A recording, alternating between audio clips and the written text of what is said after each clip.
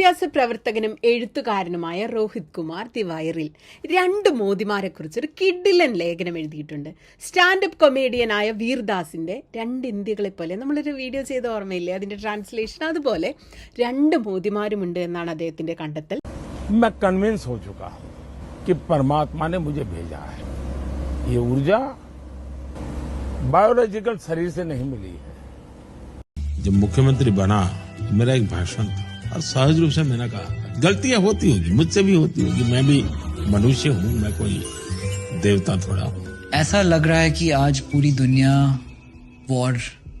ഒരു മോദി ആഭ്യന്തര യുദ്ധം നടക്കുന്ന മണിപ്പൂർ സന്ദർശിക്കാൻ വിസമ്മതിക്കുന്നു, പത്രസമ്മേളനങ്ങൾ നടത്താൻ വിസമ്മതിക്കുന്നു, അല്ലെങ്കിൽ ഇന്ത്യയെ തകർക്കാൻ കെൽപ്പുള്ള വർഗീയതയെ തടയാൻ വിസമ്മതിക്കുന്നു. മറ്റേ മോദി ജീവിക്കുന്ന ഒരു വിശുദ്ധനാണ്, ദയാലുവാണ്, സ്വയം മറന്ന് മറ്റുള്ളവർക്ക് വേണ്ടി ഒഴിഞ്ഞു വെക്കുന്നവനാണ് ജീവിതം. മുത്തച്ഛനെ പോലെയുള്ള വ്യക്തിത്വവും എല്ലാവർക്കും വേണ്ടി നീതിപൂർവകവും സമൃദ്ധവുമായൊരു രാഷ്ട്രം കെട്ടിപ്പടുക്കാൻ വേണ്ടി പ്രതിജ്ഞാബദ്ധനായ ഒരാൾ. ആദ്യത്തെ ആളെ നമുക്ക് മോദി 1 എന്നും രണ്ടാമത്തെ ആളെ നമുക്ക് മോദി 2, മോദി 2 എന്നും സൗകര്യത്തിന് വേണ്ടി വിളിക്കാം. ഈ 2 മോദികൾ തമ്മിലുള്ള വ്യത്യാസം ലേഖകന് മനസ്സിലായത് ഈ അടുത്ത ദിവസം മോദിയുടെ ഒരു പോഡ്കാസ്റ്റ് വന്നില്ലേ, ബിസിനസ്സുകാരനായ നിഖിൽ കമ്മത്ത് നടത്തിയ ഒരു പോഡ്കാസ്റ്റ്. അത് കണ്ടതോടുകൂടിയാണ് രോഹിത് കുമാറിന്റെ വാക്കുകളിലേക്ക് പോകാം. പോഡ്കാസ്റ്റിന്റെ തുടക്കത്തിൽ തന്നെ കാമത്ത് വ്യക്തമാക്കുന്നുണ്ട് താനൊരു മാധ്യമപ്രവർത്തകനല്ലെന്നും രാഷ്ട്രീയത്തെക്കുറിച്ച് വലിയ അറിവില്ലെന്നും. അതുവഴി അഭിമുഖം നൽകുന്നയാളോട് ക്രോസ് ചോദ്യങ്ങൾ ചോദിക്കുക എന്ന ഒരു മാധ്യമപ്രവർത്തകന്റെ ഉത്തരവാദിത്വത്തിൽ നിന്നും നാം അനുഭവിക്കുന്ന ഈ കാലത്തെ പ്രശ്നങ്ങളെക്കുറിച്ച് ചോദിക്കുന്നതിൽ നിന്നും കാമത്ത് വളരെ നൈസായിട്ട് അങ്ങ് മുങ്ങാണ് ചെയ്തിരിക്കുന്നത്. മോദി 2 കാമത്തിനോട് പറഞ്ഞത് ആദ്യമായി ഗുജറാത്ത് മുഖ്യമന്ത്രിയായ ശേഷം തന്റെ പഴയ സ്കൂൾ സുഹൃത്തുക്കളെ അത്താഴത്തിന് ക്ഷണിച്ച് അവരുമായി ഭക്ഷണം കഴിച്ചുകൊണ്ടിരുന്നപ്പോൾ അവരിൽ ആരെങ്കിലും തന്നോട് സൗഹൃദപരമായി അനൗപചാരികമായി തു എന്ന് നിങ്ങൾ എന്ന് സംബോധന ചെയ്യുമെന്ന് ആഗ്രഹിച്ചിരുന്നു. പക്ഷെ നിർഭാഗ്യവശാൽ മുഖ്യമന്ത്രി എന്ന നിലയിൽ അദ്ദേഹത്തോടുള്ള ബഹുമാനം കാരണം ആരും അങ്ങനെ ചെയ്തില്ല എന്നാണ്. എന്നാൽ മറുവശത്ത് മോദി 1 തന്നോട് തു എന്ന് സംബോധന ചെയ്യാൻ, നിങ്ങൾ എന്ന് മോദിയെ വിളിക്കാൻ അവകാശമുണ്ടായിരുന്നവരെയെല്ലാം ലാൽ കൃഷ്ണ അദ്വാനി, മുരളി മനോഹർ ജോഷി തുടങ്ങിയവരെ നേരെ മാർഗദർശക് മണ്ഡലിലേക്ക് അയക്കുകയാണ് ചെയ്യുന്നത്. മോദി 2 സൗഹൃദങ്ങൾക്കായി കൊതിക്കുമ്പോൾ മോദി 1 അവയെ ഫലപ്രദമായി തകർത്തിരിക്കുന്നു. എന്താണല്ലേ കഥ? എന്താണ് ഒരു യുവ രാഷ്ട്രീയക്കാരനിൽ ഉണ്ടായിരിക്കേണ്ട ഗുണങ്ങൾ എന്ന ചോദ്യത്തിന് മോദി 2 മറുപടി നൽകിയത് സമർപ്പണം, പ്രതിബദ്ധത, ജനങ്ങളുടെ സന്തോഷത്തിലും വേദനയിലും അവരോടൊപ്പം നടക്കാനുള്ള കഴിവ്, എല്ലാറ്റിലും ഉപരി ഒരു നല്ല ടീം പ്ലെയർ ആയിരിക്കണമെന്നാണ്. ടീം പ്ലെയർ വാക്ക് ശ്രദ്ധിക്കണം. ശരിക്കും ഈ ഗുണങ്ങൾ മോദി 2 മാത്രമേ നമുക്ക് കാണാൻ കഴിയൂ. കാരണം നമ്മൾക്കറിയാവുന്ന മോദി 1 രാജ്യം മുഴുവൻ, ഇന്ത്യയുടെ പൊതു ഇടങ്ങളിലെല്ലാം സ്വന്തം ഫോട്ടോകളും മുഖങ്ങളും കൊണ്ട് പൂർണ്ണമായി നിറച്ചിരിക്കുകയാണ്. ഉദാഹരണത്തിന് G20 നടന്നപ്പോൾ പോസ്റ്ററുകളും COVID-19 വാക്സിൻ സർട്ടിഫിക്കറ്റുകളിലും ഒക്കെ അദ്ദേഹത്തിന്റെ മുഖമായിരുന്നു. താൻ ടീം പ്ലെയർ എന്ന് മോദി 2 പറയുന്ന ടീമിലെ മറ്റുള്ളവർക്ക് ഒരു സ്ഥലവും ശേഷിപ്പിക്കാതെ എന്റെ തല, എന്റെ ഫുൾ ഫിഗർ എന്ന ആഘോഷത്തിലായിരുന്നു നമ്മുടെ പ്രധാനമന്ത്രി. ജനങ്ങളുടെ വേദനയിൽ അവരോടൊപ്പം നടക്കുന്നതിനെ കുറിച്ച് മോദി 2 പറയുമ്പോൾ 80 കോടി ഇന്ത്യക്കാർ പട്ടിണി മാറ്റാൻ വേണ്ടി ഓരോ മാസവും സർക്കാർ റേഷൻ ആശ്രയിച്ച് ജീവിക്കുന്നു. ആ സമയത്താണ് മോദി 1 തനിക്കായി 467 കോടി രൂപ മതിപ്പ് വിലയുള്ള പുതിയ വസതി നിർമ്മിക്കാൻ തീരുമാനിച്ചത്. അതേസമയം തന്നെയാണ് 2024 ആഗോള വിശപ്പ് സൂചികയിൽ 127 രാജ്യങ്ങളിൽ ഇന്ത്യ 105ാം സ്ഥാനത്ത് നിൽക്കുന്നത്.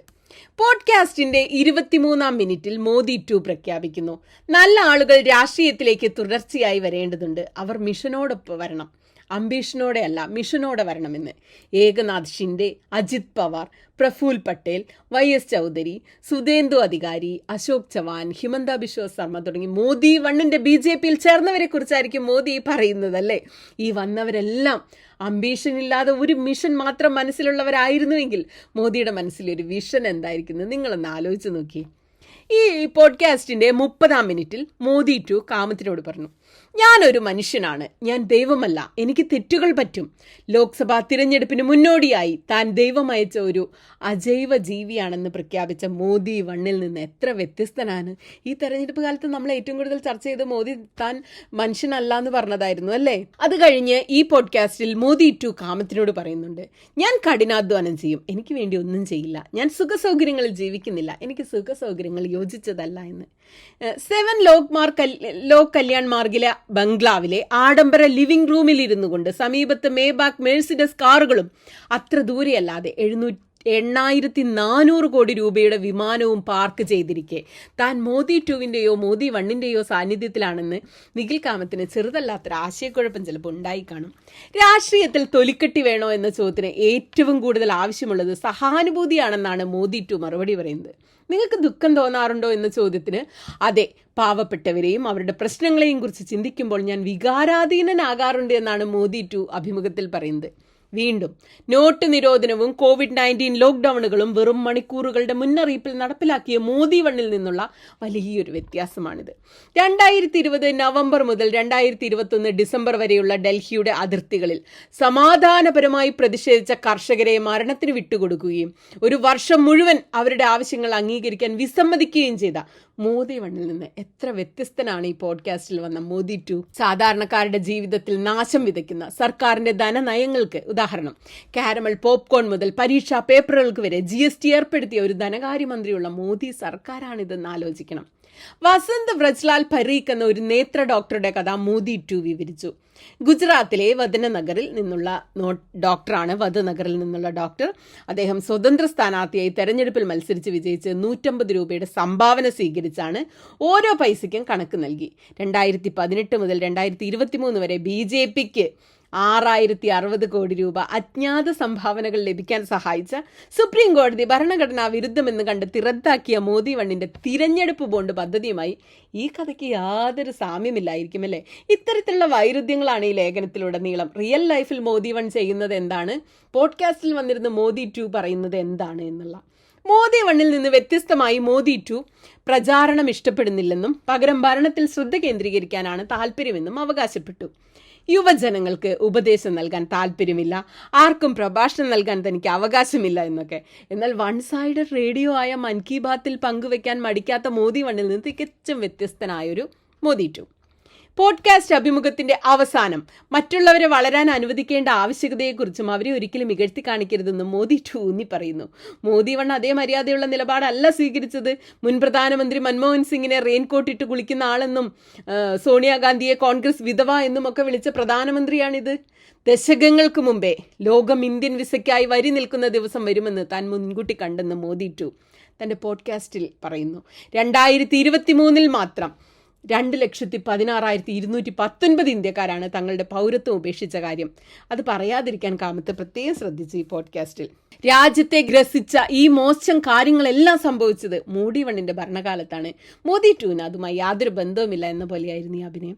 2 മോദിമാരെ കുറിച്ചുള്ള സംസാരം നമുക്ക് ഇവിടെ മതിയാക്കാം. കാരണം സത്യത്തിൽ ഈ മോദി 1ഉം മോദി 2ഉം ഒന്നുമില്ല. ഇന്ത്യ ഇന്ന് എന്തായി തീർന്നിരിക്കുമോ അതിന്റെ അന്തിമ ഉത്തരവാദിത്തം ഒരൊറ്റ മോദിയുടെ വാതിൽ പടിക്കലാണ്. ഇരട്ടത്താപ്പിന്റെ ഉസ്താദുമാരായ രാഷ്ട്രീയക്കാരുടെ നാട്ടിൽ ഒന്ന് പറയുകയും മറ്റൊന്ന് ചെയ്യുകയുമുള്ള കഴിവ് നമ്മുടെ പ്രധാനമന്ത്രിയോളം വേറെ ആർക്കുമില്ല.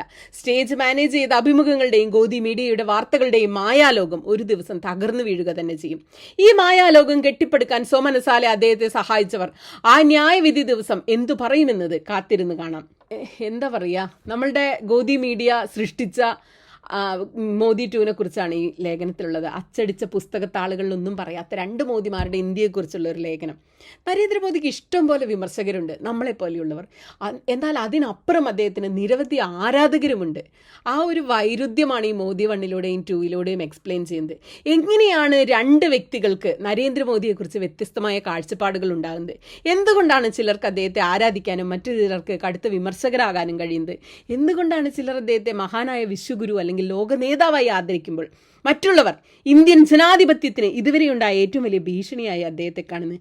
10 വർഷമായി തന്നെ അലട്ടിയിരുന്ന ഈ ചോദ്യത്തിന് ഇപ്പോഴാണ് ഉത്തരം കിട്ടിയിരുന്നതെന്നാണ് വിദ്യാഭ്യാസ പ്രവർത്തകനും എഴുത്തുകാരനുമായ രോഹിത് കുമാർ ദി വൈറിൽ എഴുതിയ ഈ ലേഖനത്തിൽ പറയുന്നത്. സത്യമാണല്ലേ?